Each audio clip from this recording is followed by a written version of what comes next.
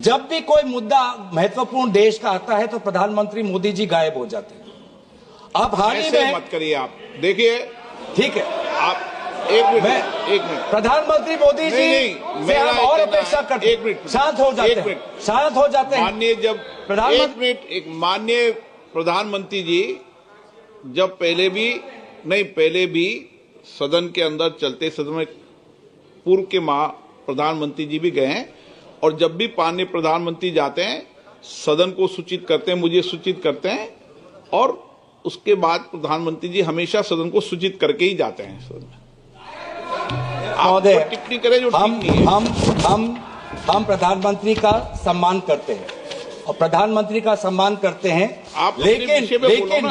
लेकिन इसमें जब हम वर्तमान प्रधानमंत्री का सम्मान करते हैं तो बार बार पूर्व प्रधानमंत्री पे ये लोग अपमानजनक शब्द क्यों करते हैं और उनके बातें रिकॉर्ड पे क्यों आते हैं, इसका भी आप बाद में सोचिए सर। हम सभी प्रधानमंत्री वर्तमान और पूर्व प्रधानमंत्री को सम्मान करते हैं, लेकिन जब भी ट्रेजरी बेंच से अपमानजनक शब्दों का व्यवहार होता है बार बार रिकॉर्ड पे आता है सर, और हमारे तो रिकॉर्ड में रहेगा, पता नहीं सर, कल पता चले। वित्त मंत्री, लेकिन जहां पर एक मिनट, वित्त मंत्री कुछ मैम सर, यस, एक मिनट बोल You said something very profound. You said something very profound. You said something very, very profound. I'd like to add to it. Sir, with due respects, it was music to my ears to hear a leading member of the opposition party say that they samman karte hain Pradhan Mantri ji ko. And quickly to add, when Treasury talks about previous Prime Ministers, they speak not in samman janak language. How many times has the Prime Minister been abused in this house by them? And how many times he was not even allowed to speak in the house? They stood in the well and shouted. Will the Honorable Member Tarun Gogoi, his son, Gaurav Gogoi, apologize for the number of times they've called abusive names to the PM? Today he's ironing out all that. He's whitewashing all that. That's not allowed. He should have the grace. He should have the grace to admit that they have abused the Prime Minister. It was wrong and they shall not do it again.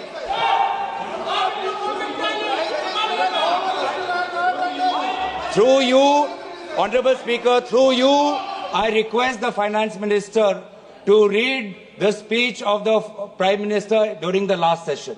His entire speech was abusing former Prime Ministers.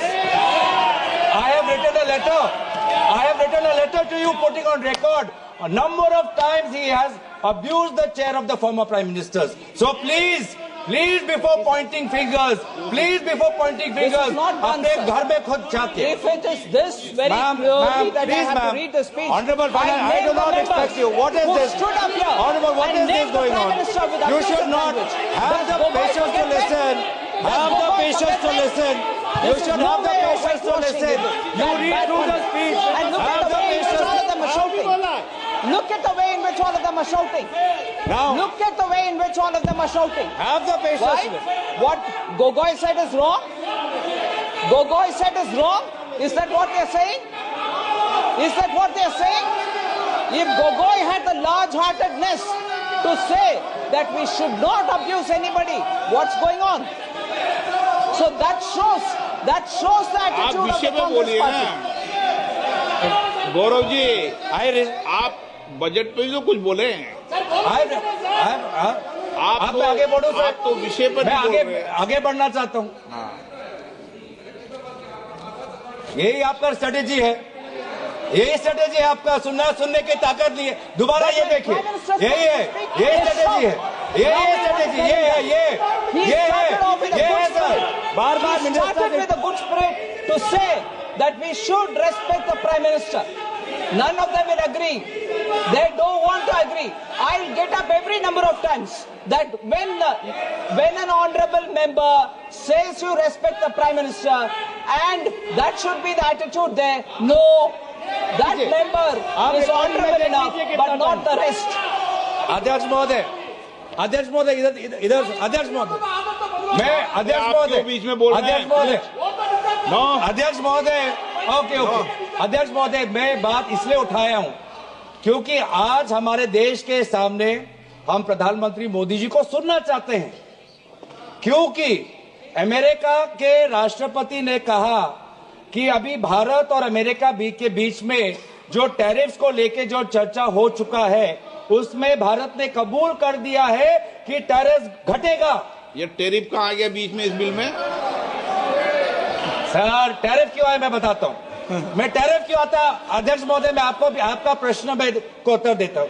ये tariff इसलिए आता है क्योंकि ये tariff हमारे automobile sector के साथ जुड़ा हुआ है, ये टैरिफ हमारे टेक्सटाइल के साथ जुड़ा हुआ है, ये टैरिफ हमारे जेम्स और ज्वेलरी के साथ जुड़ा है, ये टैरिफ हमारे स्टील नट्स के साथ जुड़ा है, और सबसे महत्वपूर्ण ये टैरिफ हमारे किसानों के साथ जुड़ा है। हमारे किसानों को बचाना है सर, इसीलिए हम जानना चाहते हैं कि भारत सरकार ने कौन से सब्जेक्ट्स पर अब टैरिफ घटाने की बात उन्होंने अमेरिका को सूची किया है।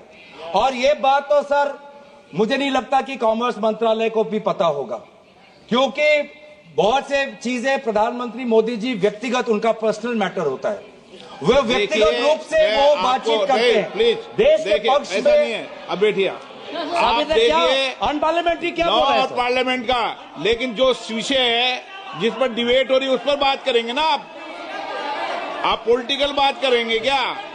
ये राष्ट्रपति अभिभाषण पर चर्चा है क्या? बजट पर चर्चा तो करो आप। ये तो तरीका ठीक नहीं है ना, आप उपनेता हैं। नहीं ये तरीका ठीक नहीं है।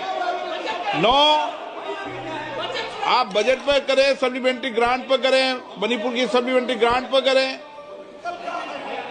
हाँ माइक बंद हो जाएगा। सर हमें किसानों की बात करनी है, ऑटोमोबाइल सेक्टर में जो काम करते हैं वो बात करनी है, टेक्सटाइल्स के सेक्टर में जिन लोगों की रोजगार मिलती है उसकी बात करनी है।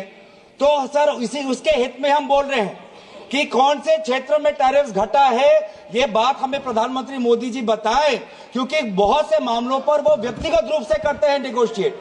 राफेल के मामलों में व्यक्तिगत रूप से उन्होंने निगोशिएट किया, तो इसमें भी हम जानना चाहते हैं कि कौन से विषयों पर भारत टैरिफ घटाएगा। और ये भी हम जानना चाहते हैं क्या भारत ने सोचा है कि हम अमेरिका पर रेसिप्रोकल टैरिफ्स लगाएंगे? क्या भारत ने ये सोचा है? देखिए माननीय सदस्य, मैं आपको फिर बोल रहा हूं, नहीं तो मुझे टोकना पड़ेगा। सदन नियम प्रक्रियाओं से चलेगा।